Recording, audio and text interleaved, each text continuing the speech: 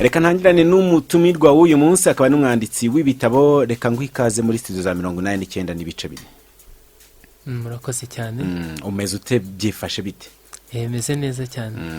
Hano urahabona ute klima yo wayibonye ute? Kuko mu by'ukuri ntekereza yuko akavura iyo kabonetse abantu benshi hari uburyo babifatamo bugiye butandukanye, kuko abakunzi b'ubwiza bo bakubwira ko mu gihe cy'izuba ngo abantu baba basa nabi.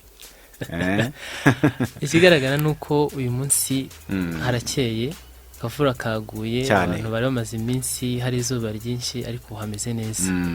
Hanyuma rero ntekereza yuko ikiza kuruta ibindi ari ugutangira wibwira abadukurikiye bakamenya muri rusange bagiye kuganira ni muntu ki, ubundi tugakomeza kugenda twungurana ibitekerezo kuri iki gitabo cyawe wanditse ukacyita Inzozi z'urukundo. Murakoze, nitwa Uwimana Emmanuel ariko uzwi cyane ku izina rya Emi Sempa. Nkaba ndi umugabo wubatse, ufite umugore n'umwana umwe.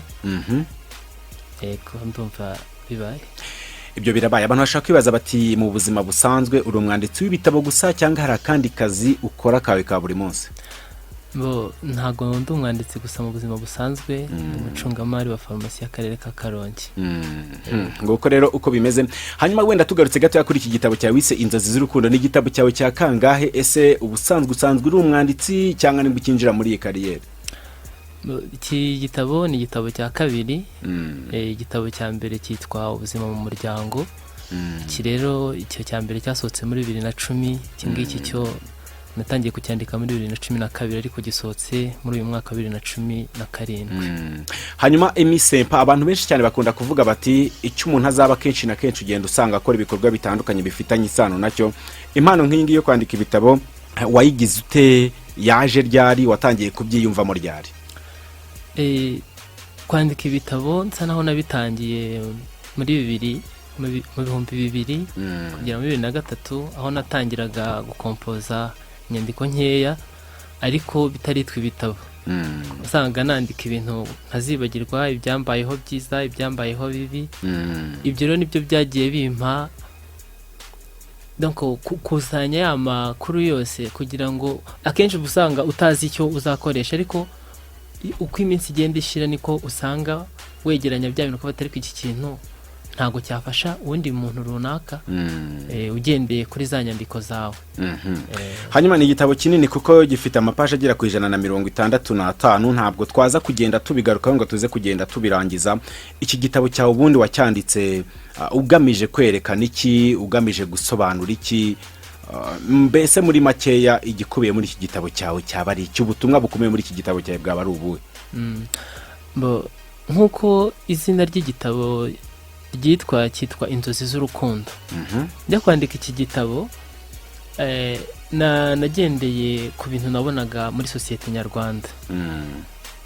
Hari mu mwaka w'ibihumbi 2012 hari hamaze igihe hari inkuru nyinshi zitambuka mu bitangazamakuru, ku maradiyo, ku mateleviziyo, mu binyamakuru bitandukanye, bavuga ko umugabo yishe umugore, umugore yishe umugabo, umwana yishe umubyeyi, umubyeyi yishe umwana we. None ndibaza kubera iki ibi bintu bibaho mu muryango nyarwanda?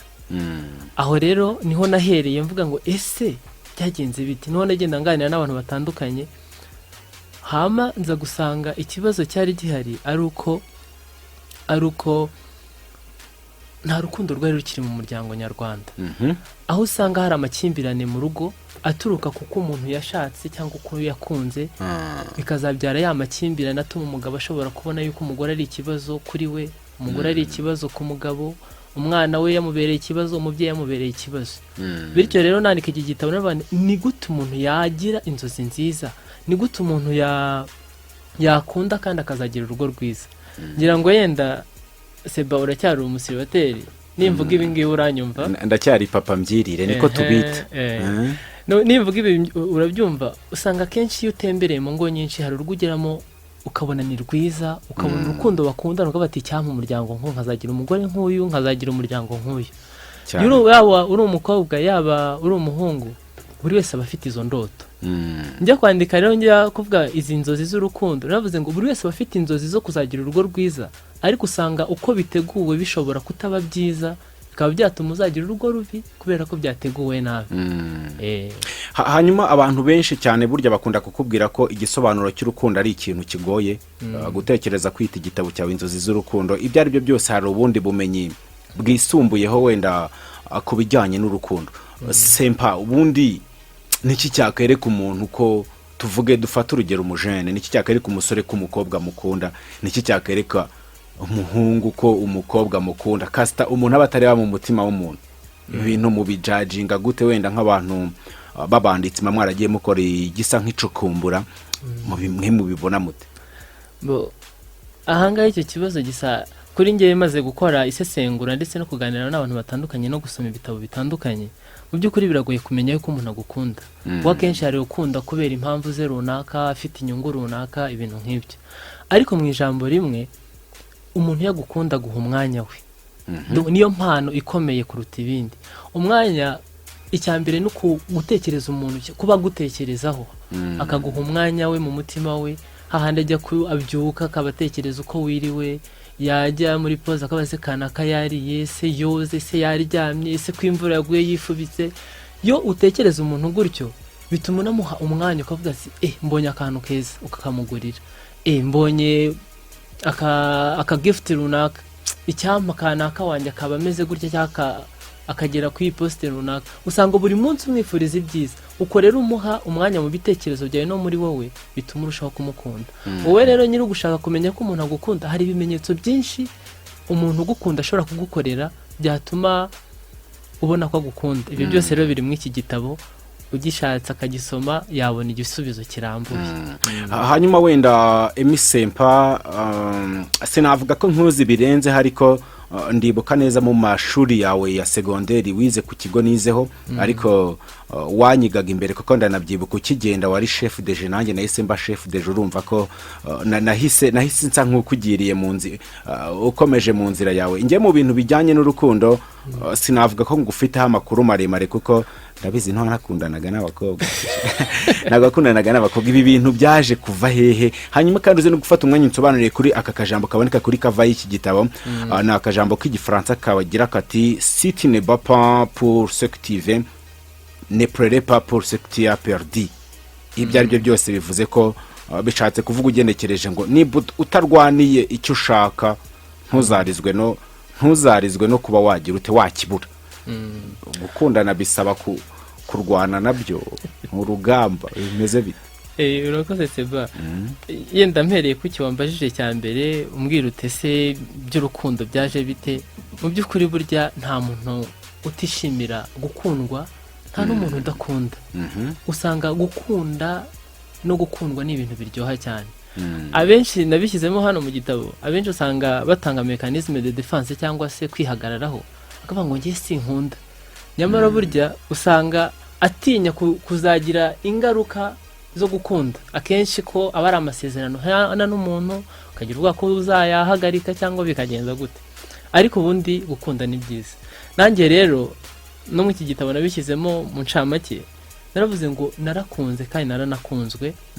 Namenye uburyohe bw'urukundo rw'ukuri, yemenya n'abakuryarya. Hari aho nashyizemo ngo namenye urukundo rw'abantu barufata nka business, menya n'urukundo rw'ukuri, menya n'urukundo umuntu agukomeretsa.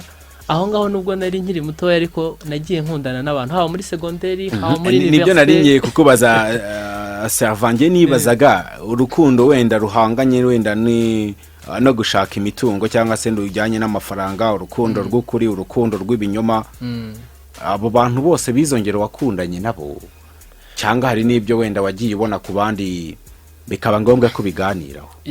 Urumva harabona nakundanye nabo bafite izo character zimwe muri izo, ariko abenshi hari abo twagiye tuganira ndimo kwandika kino gitabo. Urumva nagendaga shakisha amakuru y'abantu batandukanye, aho wasangaga umwe ambwira ati ngiye nakundanye n'umuntu kubera ko yashaka gukira igikomere yari afite.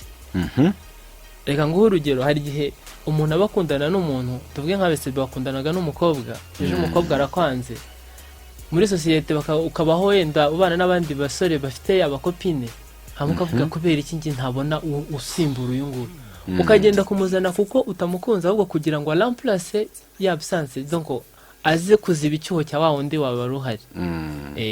Aho rero usanga hari benshi bagiye bampa ingero zitandukanye.